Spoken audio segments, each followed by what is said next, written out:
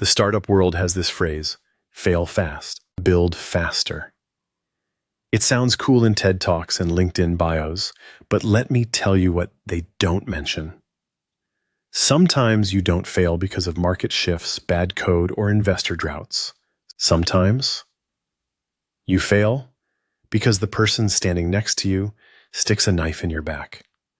My name is Mason, and this is how my best friend and co-founder tried to erase me from the company we built together, brick by brick, lie by lie, and how I made sure he'd regret it forever.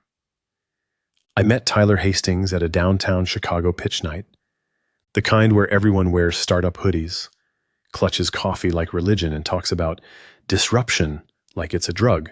I was presenting Clarity, a basic prototype for an idea I'd been sitting on for a year, an all-in-one coaching platform for freelancers and solopreneurs to get affordable, real-time help. Think Skillshare meets therapy meets Notion. Tyler had a pitch too, something forgettable about automating CRMs.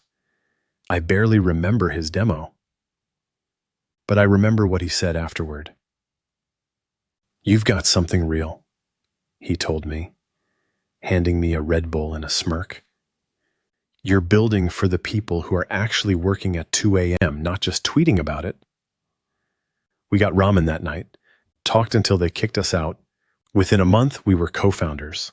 He brought product and design experience. I brought brand, ops, and strategy. We called the company StriveWell. And yeah, we thought it was cheesy at first, but it stuck.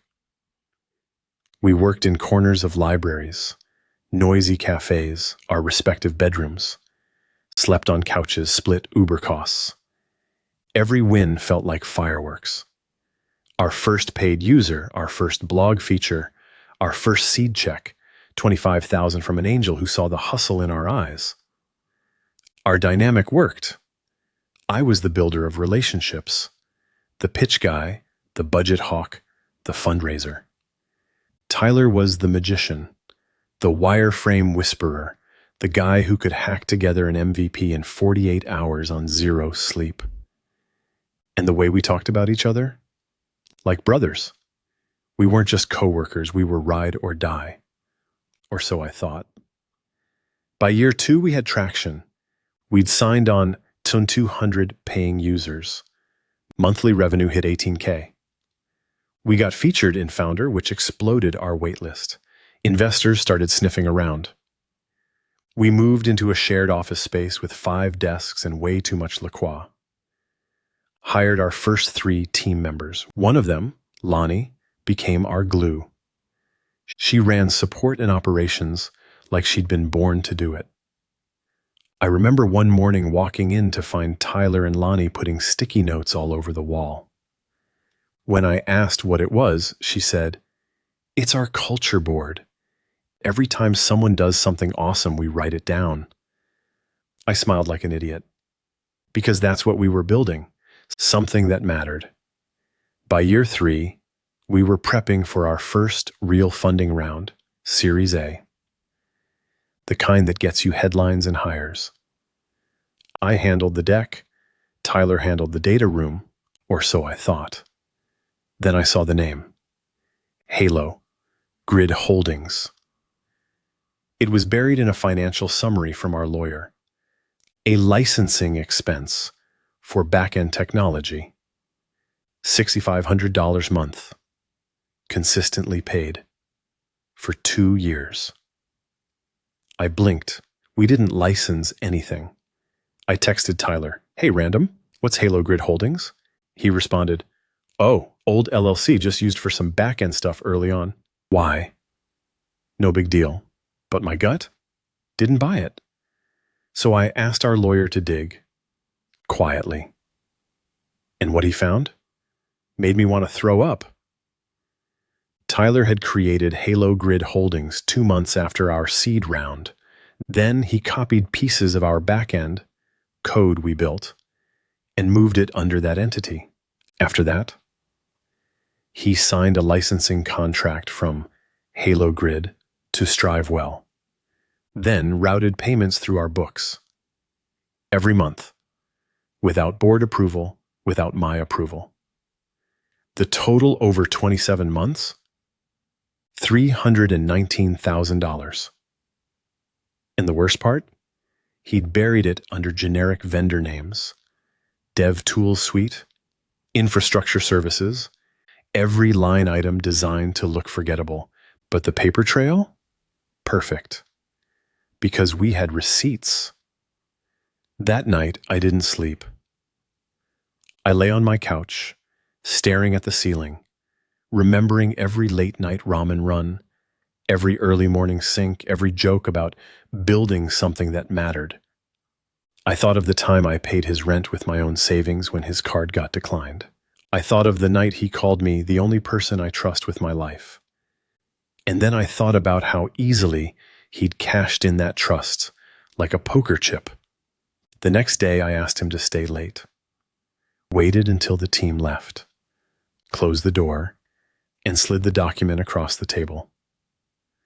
"What's this?" he asked, too casual. "You tell me," I said. He scanned it, then smiled. "Look," he said, "don't get emotional. You were focused on brand and growth. I was writing code at 3 a.m. I created the foundation of the platform. You built it," I said, "but we owned it, together." He shrugged. "Ownership's fluid, you know that." That's when I knew. This wasn't just betrayal, this was strategy. He'd been planning this for over a year. He was going to push me out. Own the platform solo, ride the funding wave, and cash out. He thought I'd just fold. But he forgot something crucial. I didn't just build the company. I built the vision. And the moment he decided to stab me in the back was the moment I stopped being his co-founder and became his worst nightmare. You ever stare at someone across a table and realize they've been lying to your face for years? That was me, sitting across from Tyler in our glass-walled office, watching him spin his betrayal like it was some genius business strategy. He actually had the nerve to say, "If you'd really been paying attention, you'd have caught it sooner." I didn't react, not yet, because I knew something he didn't. I was already building the plan to take him down. Right after that conversation, I called Lonnie, told her everything. She was quiet for a long time. Then she said, "I knew something was off. He started locking me out of project folders, changed admin access last month." Bingo. Lonnie didn't just work support. She was our systems queen. She knew our internal workflows better than anyone.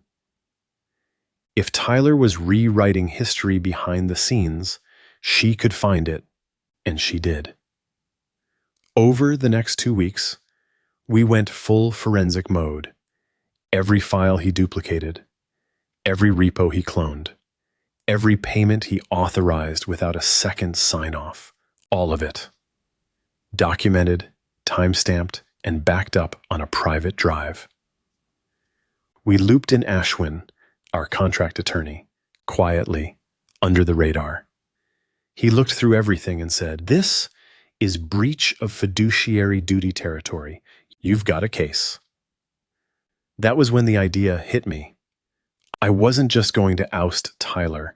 I was going to make sure he could never touch this company again. But here's the thing. In startups, you can't just scream fraud and expect a clean ending. There are investors, employees, morale, reputation. So I needed a trigger, a moment when the eyes were already watching, and lucky me, we had one coming. Our investor pitch day.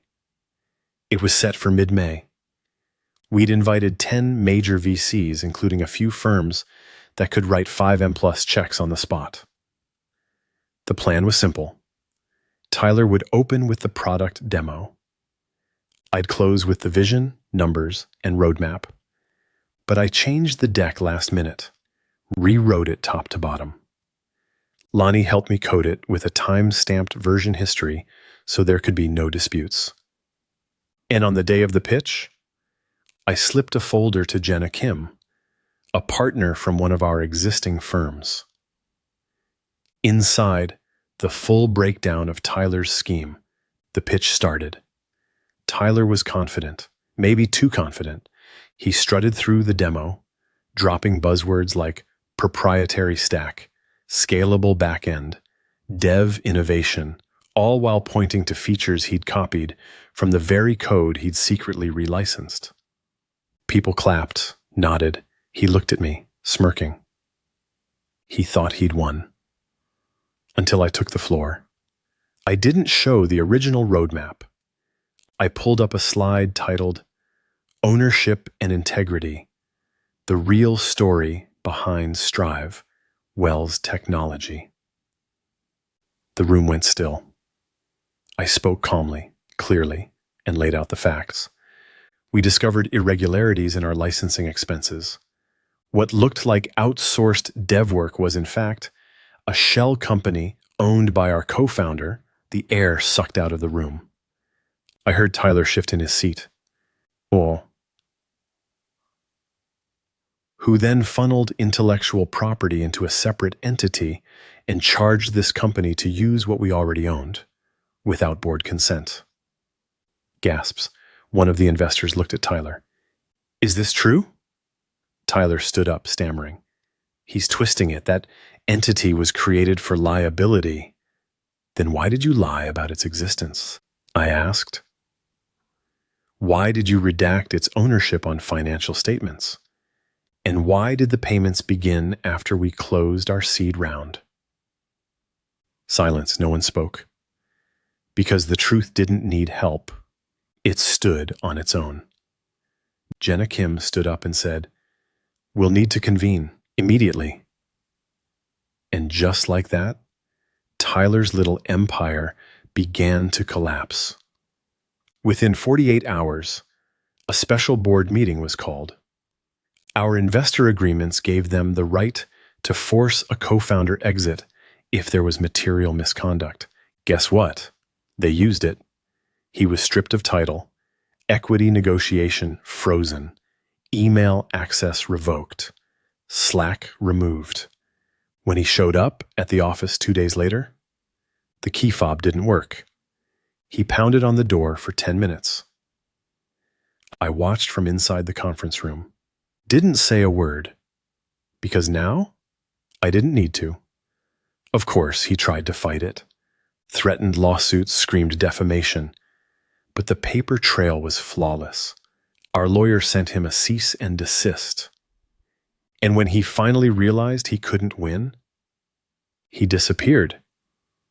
But the company, the people, the dream, still standing. Because StriveWell was never about one guy. It was about every late-night coach helping a creative get unstuck. Every user who found clarity at 3 a.m. Every team member who gave a damn. And that didn't die with Tyler's ego. There's a moment after a storm when everything feels still. Not peaceful, just empty. After Tyler was removed, that's what StriveWell felt like. Hollowed out. The product still worked. The customers still paid. But the soul? It was bruised. I came in early every day for a week, stood in the center of the office, and asked myself the same question. Can this still be something? The investors gave me full control. Clean slate. But that came with pressure. Tyler had been a toxic influence, yes, but he was also the face of the tech side. And with him gone, so was his institutional memory. We had to rebuild not just trust, but functionality. I pulled the team together. 6 of us, all drained, all shaken. And I told them the truth. I don't know what this looks like next, but I do know what we're not going to be. Secretive, selfish, or fake. We're going to build this right together. Lonnie smiled. Caleb gave a thumbs up. Even our new intern, Ray, looked up from his laptop and nodded. That was all I needed. Phase 1. Clean the wound. We spent the next 30 days stripping down the code base. Every line Tyler had touched, audited. We brought in an outside dev consultant, a quiet genius named Nora, who rebuilt our backend into something smarter, leaner, and 100% proprietary. No more legacy code, no more shadow systems, just clean tech, transparent ownership. Phase 2, rebuild the brand. The narrative around Tyler's exit was already swirling. Industry forums, subreddits. Even a Medium article popped up. When your co-founder becomes your biggest risk. We didn't hide from it. Instead, we leaned in. Our next blog post was titled, "What We Learned the Hard Way." No corporate speak, just raw honesty. We shared how the breach happened, what we changed, how we were holding ourselves accountable. Customers didn't leave. In fact, they rallied. One user tweeted, "StriveWell isn't just about coaching, it's about integrity. I'm staying."